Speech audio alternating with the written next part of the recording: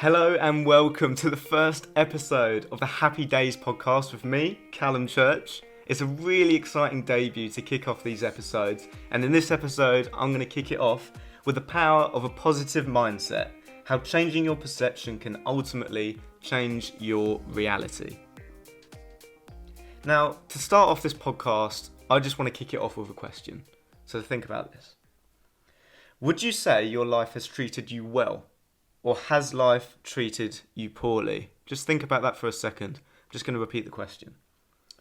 Would you say your life has treated you well, or has life treated you poorly? Now, we all know those types of people where woe is me, the world's against me, and there's some really negative people out there.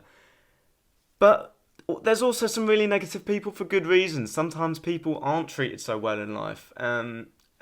And then on the other hand, there's a lot of people that have been fed off a silver spoon and it's all going well for them. But what if I told you that you could change your circumstances? What if I told you that you were now in charge of how life is treating you? It's pretty empowering, right? I mean, if you were put in that position, that'd be pretty good, no? Well, I'm here to tell you now on this podcast that you are in charge of how your life is. You are in charge of how life treats you. And it's all down to perception. Whether you are a victor or victim in life is completely down to mindset. That's completely down to you and the way that you perceive the world. Because when you think about it, everything in our life, our consciousness, it's all built in our brains, in our head. We see the world around us with our eyes, but then that's fed into our brains. And, we smell the world around us, we feel the world around us, and it's all fed into our brains. And it's put together in our head. So if we can change the way that we perceive everything that's put into our head, and if we can change the way that everything is put together, maybe we were using the wrong kind of glue, and now our paper tower is falling down. Well, if we adopt a positive mindset, if we choose a better type of glue, then that tower is going to be a lot more likely to stay together. I like to think of life like a movie, and I use that example or metaphor in many ways, and I'll use it again now. So imagine this. You're sat in the cinema, there's a projector overhead, and it's shooting a film onto the screen. Now, imagine that this film is your life, and the projector is your brain. It's putting the images on the screen, and you're experiencing it. Now, the image at times might come out a little blurry. It might come out a little bit distorted. And that's normal. That's just life. It happens. However, if we put this lens, this positive mindset, this lens over the front of the projector, then the image suddenly becomes a lot more prettier to look at. Although, that's easier said than done, though. I'm going to ask you to put this into practice in your life by asking the right questions. Everyone's always asking the wrong questions. When something bad happens to them, it's always, why has this happened? Why always me? Why does my life suck? And for example, if you drop your phone on the floor and the screen smashes, that sucks, right? And you might be a bit pissed off. Although sometimes you've just got to appreciate that you dropped your phone just a metre in front of that drain. Whereas if it had fallen down that drain, then you would have lost your phone. And instead of replacing the screen for, 40 quid, 50 quid, you're not replacing your phone, which could be hundreds. Now, the questions that you do want to be asking are, what can I do to make this better? Or what positive can I take? And the positive that you take from that story is the fact that you haven't lost your phone completely. It's just the screen. I mean, you can still use it. It's just a little bit smashed and it might cost to repair it. But you can earn that money back, right? Another example. Say you're walking down the street late at night maybe, and you get mugged. Someone robs you. They take all your stuff, take all your money. That sucks, and that's a distressing position to be in. But what's the positive we can take from this? Maybe you might learn not to go down that alley ever again late at night.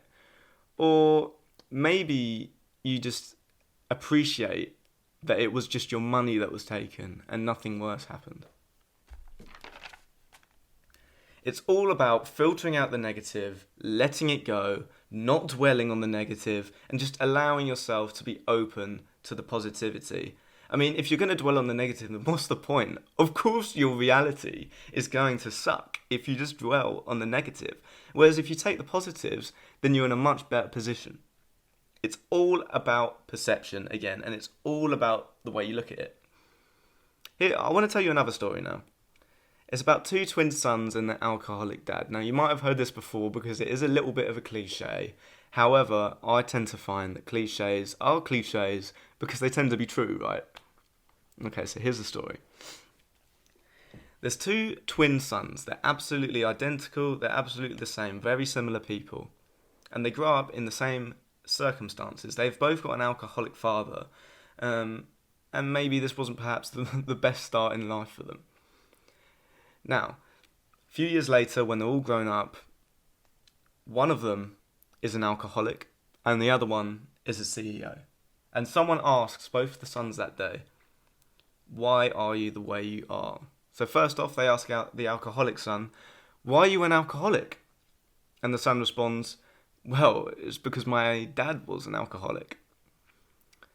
Okay, and then moving on to the other son, the successful son, they say, why are you so successful? Why are you a CEO of this company? Why are you happy? Why have you got such a fantastic life? And the son responds, well, it's because my dad was an alcoholic. He took the lesson, he took it positively, and he turned his life into a positive. They're two different perceptions, two totally different circumstances, but if you just flip it, then it all works out. Now, I want to talk a little bit about philosophy in this, and I'm going to talk about something called stoicism. I don't know if you've heard of it. Now, the dictionary definition of stoicism is the endurance of pain or hardship without the display of feelings and without complaint.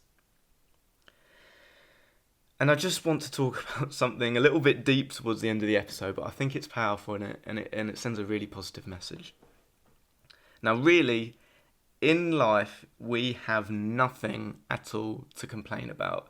And you might think I'm crazy for that, because what about people that are born into poverty? That sucks, right? What about people that aren't given these positive circumstances in life?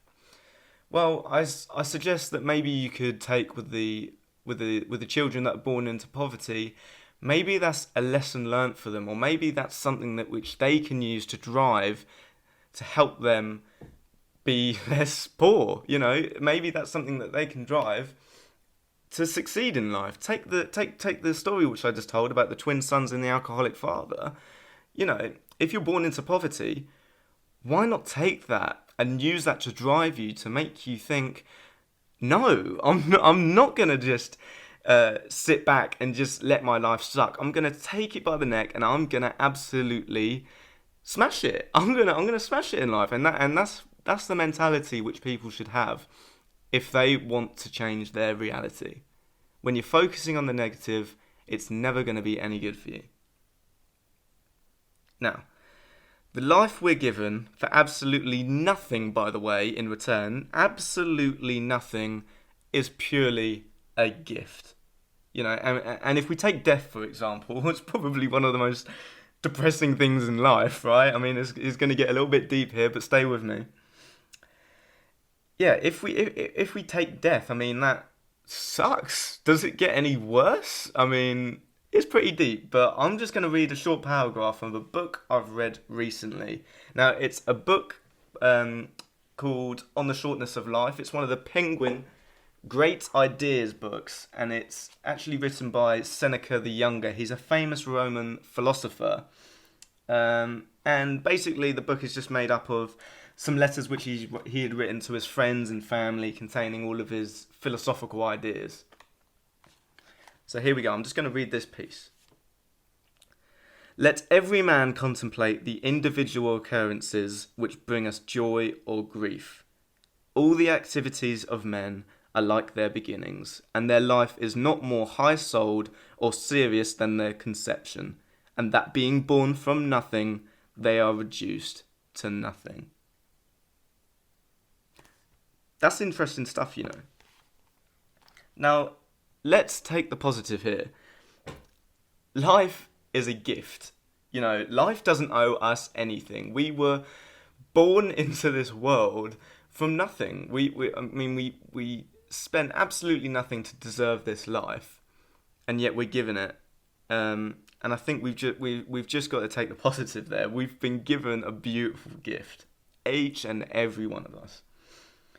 Now, if we take this stoic way of thinking and use it to look at death, when it's our time, we can approach our death with a smile on our faces. Now, I'm going to end the episode the same way that I started it.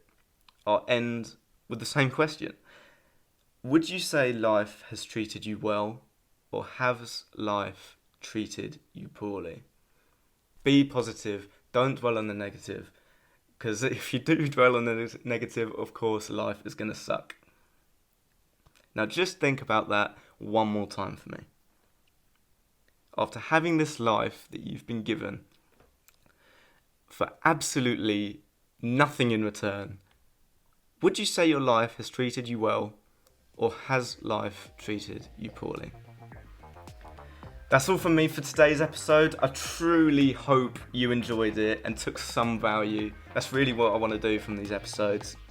This episode will be released alongside others, so make sure that you check them out.